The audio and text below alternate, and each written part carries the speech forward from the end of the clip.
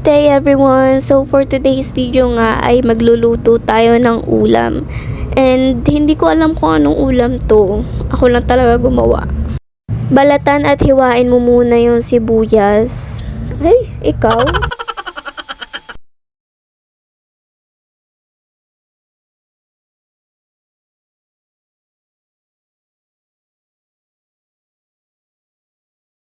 Ayan, grabe ang tagal nun na. Tapos pagkatapos mo mahiwa yung sibuyas, malang susunod na natin yung bawang.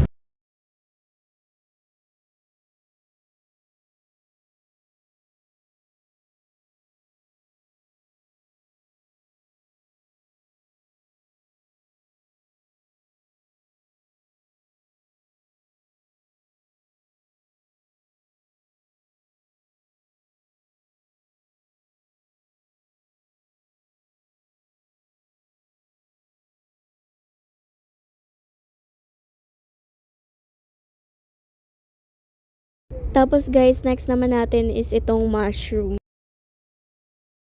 Nawala yung flashlight. Kala ko na pause yung video. Yun pala lowbat na LP. Tapos ayan, iwain lang natin yung mushroom na padalawa para hindi ganun kalaki.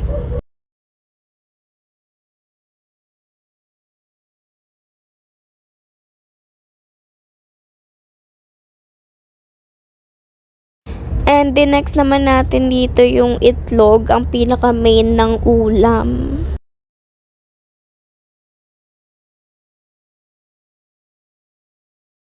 At timplahan lang natin yan, lagyan natin ng asin at saka Ajinomoto. Ajinomoto na lang kasi wala akong mahanap na magic sarap.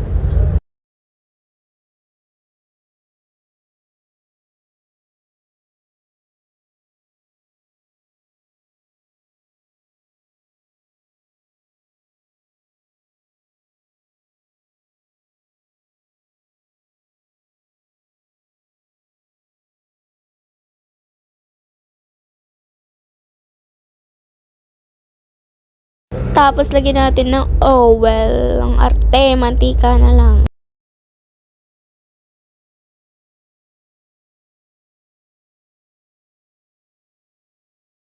And then first, lalagay muna natin yung sibuyas.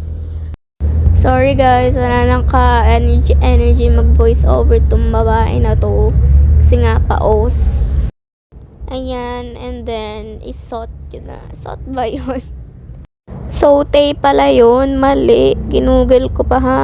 Mali din kasi pagkakaintindi ko guys. Okay, don't judge me. Kasi yung real definition nun is ilagay mo yung sibuyas sa mainit na mantika. Ang pagkakaintindi ko nun, haluin mo. Okay, sorry. Ayan, tapos isunod mo naman yung bawang para ma-toasted natin. Kasi masasarap pag toasted yung bawang guys. Mekos-mekos na lang yan, wag nang isote kasi pang mayaman yun guys. Ayan, tapos ilagay mo naman yung itlog para maluto na siya guys.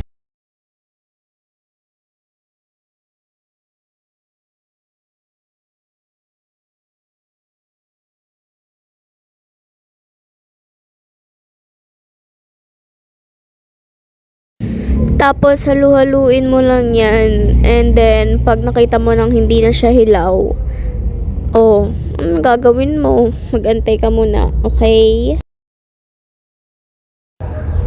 Eto na hint. Baka naiinip na kayo sa akin or naiinis. Ha? Eto na, Ano ang room na walang pintuan? Di mushroom. Ang cringe ko talaga. Scroll na lang kung nakikringe kayo sa akin. No bash, okay? And then next, ketchup. Ayan na, haluin mo na lang siya hanggang sa mag-blend sila together. At saka lagyan natin ng kunting kapiragot ng asin. Kapiragot ba yun? Tapos ayan, seasoning, hindi ko alam nor. At saka asukal para medyo matamis. Ayan na nga, taste test na kung papasa ba talaga to. Ayan na, first bite, unang bite. Joke lang. Nom, nom, nom. Yes, pasado siya sa akin guys. Ayan na, di ko alam kung anong tawag dito. Kayo na lang bahala kung anong gusto nyong tawagin dito. Ayun lang. Thank you for watching. Appreciated. Mwah, mwah, mwah.